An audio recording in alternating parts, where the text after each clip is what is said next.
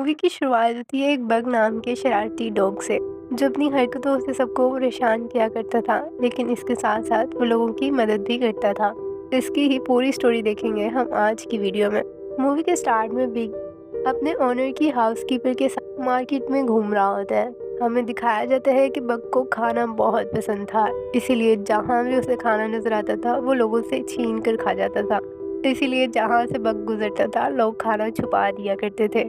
अब हाउसकीपर इससे न्यूज़पेपर लाने के लिए कहती है। बग न्यूज़पेपर तो लाता है, लेकिन तभी उसकी नज़र पोस्टमैन पर पड़ती है। न्यूज़पेपर को वहीं छोड़कर उसके पीछे भागता है। जो न्यूज़पेपर इसने फेंका था उसे वहीं पर एक आदमी उठाता है। न्यूज़पेपर में ये ऐड था कि बग की नस्ल का डॉग ला के देने वाले को भारी रकम का इनाम दिया जाएगा। इसीलिए इस आदमी की बग को देखकर नीयत खराब हो जाती है। वो किसी भी तरह बग को गायब करके अपने साथ ले जाना चाह रहा था। अब बग तो पोस्टमैन के पीछे था, उसे तंग कर रहा था। अब वो आदमी चिल्लाकर हाउसकीपर से कहता है, मुझे बचा लो और इसे ले जाओ यहाँ से। अब बग हाउसकीपर के साथ घर आ चुका था।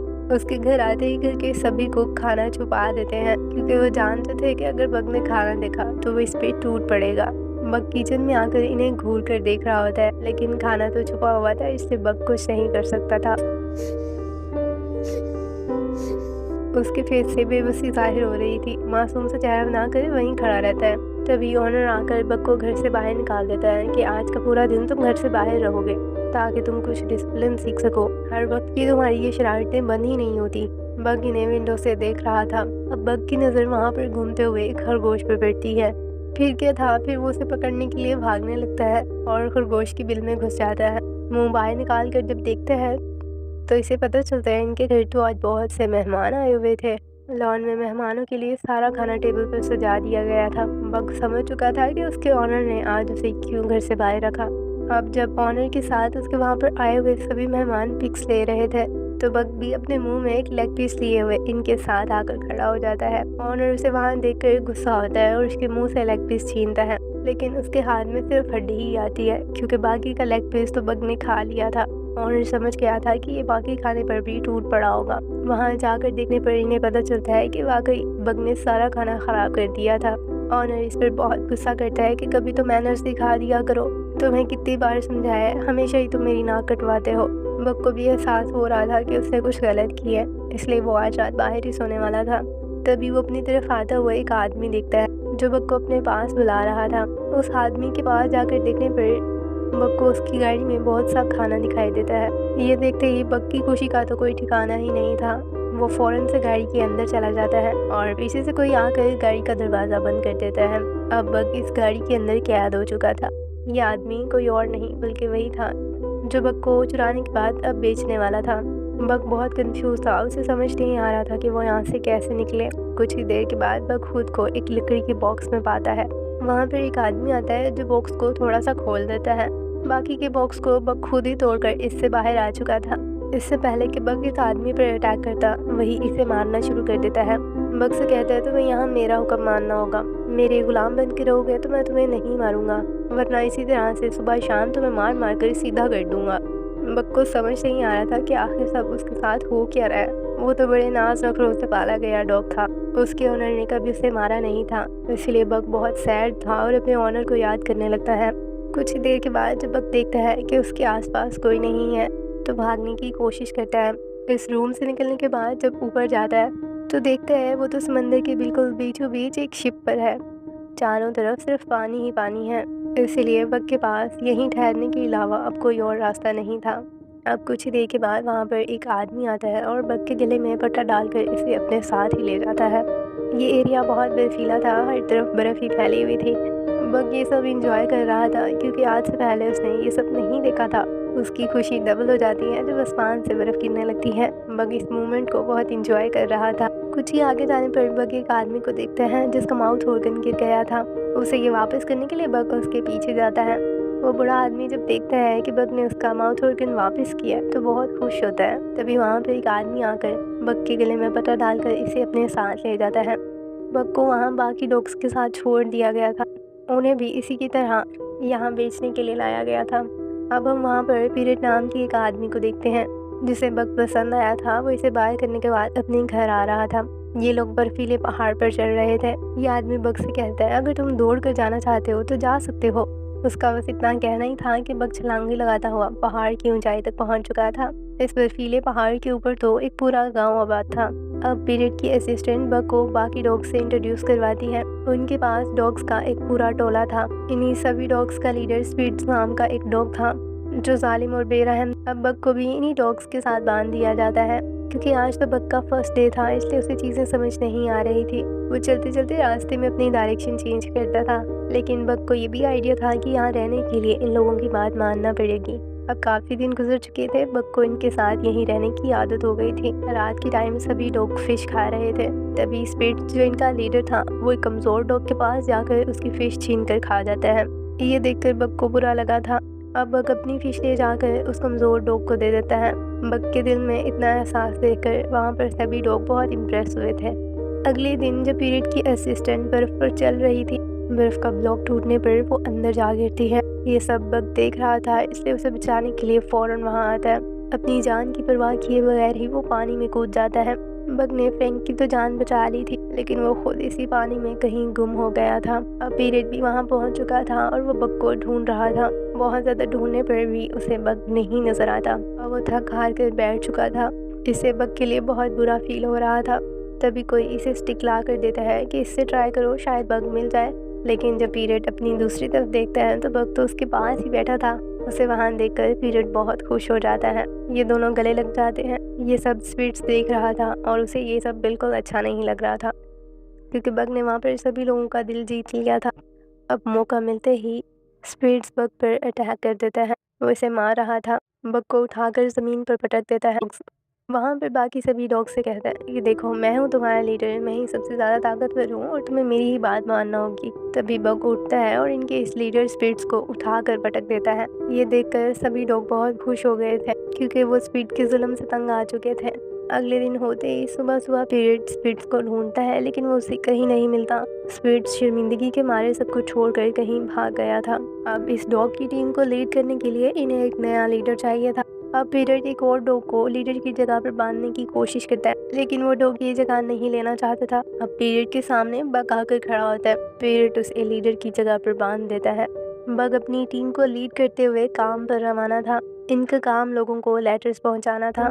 बग और इसकी टीम बहुत स्पीडली जा रहे थे। इन्हें उस गुफा को पार करना था, लेकिन बग को वहां से गिरती हुई बहुत बर्फ नजर आती, इसलिए वो अपनी स्पीड को और बढ़ाते हुए उस गुफा को पार कर लेता है। इस तरह बग ने अपनी समझदारी से खुद को और अपनी टीम को बचाया था। अब सभी डॉग अपना काम कर रहे थे तो पीरियड बग के पास आता है और इससे कहता है, हम सिर्फ लेटर्स डिलीवर नहीं करते, बल्कि ये तो इमोशंस का पैक है जो हम लोगों तक पहुंचाते हैं। ये हमारा काम नहीं बल्कि हमारी जिम्मेदारी है।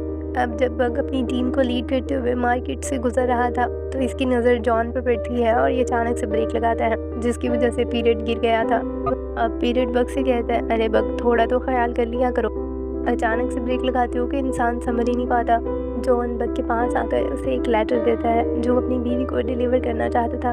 इसके बाद के सीन में हमें पीरियड को दिखाया जाता है, जो कि बहुत उदास था, क्योंकि आज उसे पता चला था कि उनकी इस डिलीवरी सर्विस को बंद कर दिया गया है। इस एरिया में टेलीग्राम सर्विस को इंट्रोड्यूस करवा दिया गया था, जिसकी वजह से इनका ये काम बंद हो गया था। पीरियड बहुत उदास था कि अब वो क्या करेगा। वो इस सारी बात बग से शेयर करता है कि अब हम मिलकर आगे ये काम नहीं कर पाएंगे, क्योंकि टेलीग्राम सर्विस ने हमारी जॉब को रिप्लेस कर लिया है। अब हमें वहाँ पर हेल नाम के एक आदमी को दिखाया जाता है, जो कि पीरियड से बग और उसकी बाकी टीम को खरीद चुका था। वो इस पूरे टोले को अपनी गाड़ी के साथ बांधता है, जिस पर उसने बहुत ज़्यादा सामान रखा हुआ था। बग को ये सारा सामान ले जाकर दूसरी जगह पहुँचाना था। बग और उसकी टीम बहुत जोर लगाते हैं, लेकिन वो गाड़ी नहीं हिलती। हेल को इस पर बहुत गुस्सा आता है। वो छड़ी से इसे मारने ही वाला था कि तभी जॉन आकर इसे रोक लेता है। वो हेल से कहता है, देखो, तुम्हारी गाड़ी बर्फ में फंसी हुई है, जिसकी वजह से ये आगे नहीं जा रही। तुम्हें पहले चेक करना चाहिए, ऐसे ही मासूम जानवरों पर जुल्म करने से पहले। जॉन हेल से बग को खरीद लेता है। हेल बाकी बचे हुए डॉग्स के साथ अपने सामान को आगे ले जा रहा था। जॉन इसे मना करता है कि बर्फ पिघलने वाली है, तुम्हारा इस एरिया में जाना सेफ नहीं है, लेकिन वो ढीठ इंसान इसकी बात नहीं सुनता और डॉग्स को लेकर वहाँ से चला जाता है। जॉन बग को अपने साथ घर ले आया था। अगली सुबह आने पर ये लोग देखते हैं कि वहाँ की सारी बर्फ पिघल चुकी थी और इसी पानी से नदी बन चुकी थी। जॉन बग से कहता है, देखा, मैंने कहा था ना, उस ढीठ इंसान की वजह से बाकी तुम्हारे सभी दोस्त मर गए होंगे। ये सुनने के बाद बग बहुत उदास हो गया था। कुछ दिन गुजर गए थे और फिर एक दिन अचानक से हेल आकर जॉन के साथ लड़ना शुरू कर देता है। वो जॉन को बुरी तरह से मार रहा था। बग यहाँ पहुंचकर जॉन को बचाता है और हेल पर अटैक करता है। हेल फौरी तौर पर तो यहाँ से जा चुका था, लेकिन उसके दिल में जॉन के लिए बहुत गुस्सा भरा हुआ था। आज बग ने जॉन की जान बचाई थी। वो बग से बहुत खुश था। जॉन इसे अपने बेटे के बारे में बताने लगता है जो इस दुनिया में नहीं रहा। वो इसे बताता है कि मेरा बेटा दुनिया में ऐसी जगहें घूमना चाहता था जहाँ आज तक कोई नहीं गया। मैं भी चाहता हूँ कि अब हम दोनों एडवेंचर पर चलें। मेरा बेटा तो जिंदा नहीं रहा, अगर वो होता तो आज हमारे साथ चलता। इसके बाद बग और जॉन ने ट्रैवल शुरू कर दिया था। रास्ते में वो एक जगह पर आराम करने के लिए रुकते हैं। दूसरी तरफ हमें हेल को दिखाया जाता है जो जॉन के घर तक पहुंच चुका था इसे मारने के लिए, लेकिन जॉन तो घर पर नहीं था। इसे वहाँ एक नक्शा मिलता है जिसके ऊपर मार्क बना दिया गया था। उसे लगता है कि जॉन किसी खजाने की तलाश में इस जगह पर गया है। जॉन और बग काफ़ी दिनों के ट्रैवल के बाद अब अपनी मंजिल तक पहुंच चुके थे। ये जगह बहुत ही खूबसूरत थी। यहाँ पर एक नदी थी जिसमें जॉन मुँह हाथ धोने के लिए जाता है तो इसे इस नदी में सोने का टुकड़ा नजर आता है जिसे देखकर जॉन खुश हो गया था। अब वो नदी में बाकी सोना ढूंढने लगता है। बग को भी अपनी मदद करने के लिए कहता है। बग नदी से एक बड़ा सा पत्थर उठाकर इसके पास लाता है। ये देखकर जॉन कहता है, अरे बग नहीं, अगर इस तरह के छोटे छोटे पीस मिले तो मेरे पास लाना। अब बग नदी में ढूंढ रहा था कि उसे सोने का बड़ा पत्थर मिलता है। फिर उसे याद आता है कि जॉन ने कहा है छोटे छोटे पत्थर ढूंढने हैं, इसलिए वो इस सोने के बड़े से पत्थर को दोबारा नदी में फेंक देता है। इस नदी के पास खूबसूरत जंगल भी था जहाँ से एक लड़ाकू बेयर बग को वहाँ देकर इससे लड़ने के लिए आता है। वो बग को मार ही रहा था कि तभी एक वाइट कलर की भेड़ आकर बग को बचाती है। बग उस वाइट भेड़ के पंजे को अपने पंजों के साथ मैच करता है जो कि बिल्कुल सेम साइज के थे। बग को लगता है कि वो तो इनके ही जैसा है। अब बग नदी के पास ही बैठा था कि वो भेड़ियों के एक टोले को शिकार पर निकलते हुए देखता है। उनमें से एक भेड़िया नदी में गिरने ही वाला था कि बग उसे बचा लेता है। बग की इस बहादुरी को देखकर वहाँ पर सभी भेड़िए इससे इम्प्रेस हो गए थे। बग की इन्हीं भेड़ियों के साथ फ्रेंडशिप हो चुकी थी। वो इसे शिकार करना सिखाते हैं और अपने साथ ही रखते हैं। जॉन भी ये देखकर खुश था कि आखिरकार बग को उसके साथ ही मिल ही गए। बग बहुत खुश था क्योंकि उसे अपनी पार्टनर भी मिल चुकी थी। अब एक रात जब बग भेड़ियों के साथ जंगल में था तो उसे जॉन के घर में लगी हुई आग नजर आती है। यहाँ आकर देखता है तो यहाँ तो हेल पहुंचा हुआ था जिसने जॉन के घर को आग लगा दी थी। वो जॉन को अपनी गन से शूट कर चुका था। बग आकर इस पर अटैक करता है लेकिन अब बहुत देर हो चुकी थी। जॉन अपनी आखिरी सांसें ले रहा था। जॉन इससे कहता है, मैं बहुत खुश हूँ कि तुम अपने साथियों के साथ तुम अब हमेशा के लिए यहीं पर रहना और इंसानों की दुनिया में वापस ना जाना। ये इंसान तुम्हें डिजर्व नहीं करते। जॉन कहता है, मेरा आखिरी वक्त आ चुका है, इसलिए तुम अपना ख्याल रखना। ये कहने के बाद जॉन की आखिरी सांसें भी ख़त्म हो चुकी थी। अब वो इस दुनिया में नहीं रहा था। बग जॉन की मौत की वजह से बहुत उदास था। उसे ये पूरा जंगल और यहाँ की हरियाली सूनी सी लग रही थी। अब काफ़ी दिन गुजर चुके थे और बग अपने साथियों के साथ जंगल में ही रहते थे। वो मिलकर शिकार करते थे और हर जगह इकट्ठे ही जाते थे।